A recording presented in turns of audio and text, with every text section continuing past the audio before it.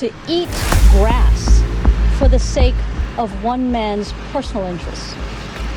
Dhe në fakt do të ishte një ironi historike, por dhe po aq tragjike, nëse partia do të duhej të hante bar për hatër të një deputeti të saj.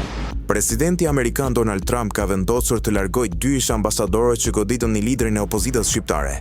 Ish ambasadori i SBA-s së Shqipërisë Donald Lu është larguar nga posti i tij si asistent sekretari i shtetit për çështjen e Azisë Jugore dhe Qendrore, me përfundimin e mandatit më 17 maj 2025.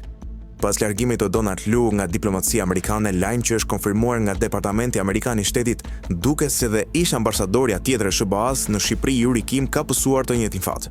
Yuri Kim bante deri pak kohë më parë detyrën e zëvendës ndihmëse kryesore të sekretarit të shtetit për çështjen europiane dhe Euroazis si një diplomat e karriere. Mirëpo në faqen zyrtare të Dash, në këtë departament, së fundmi figuron vetëm emrat e Louis Bono, Joshua Hack, Sonata Kultur, Christopher Smith, Sharon Hanson Dean dhe Courtney Austrian. Emri Yuri Kim nuk figuron më në listën e departamentit ku ishte ngarkuar me detyrën e parë.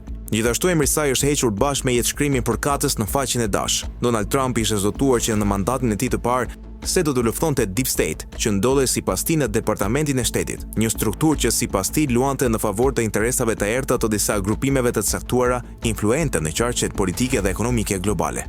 Me këtë Trump shënjestronte kryesisht miliarderin George Soros.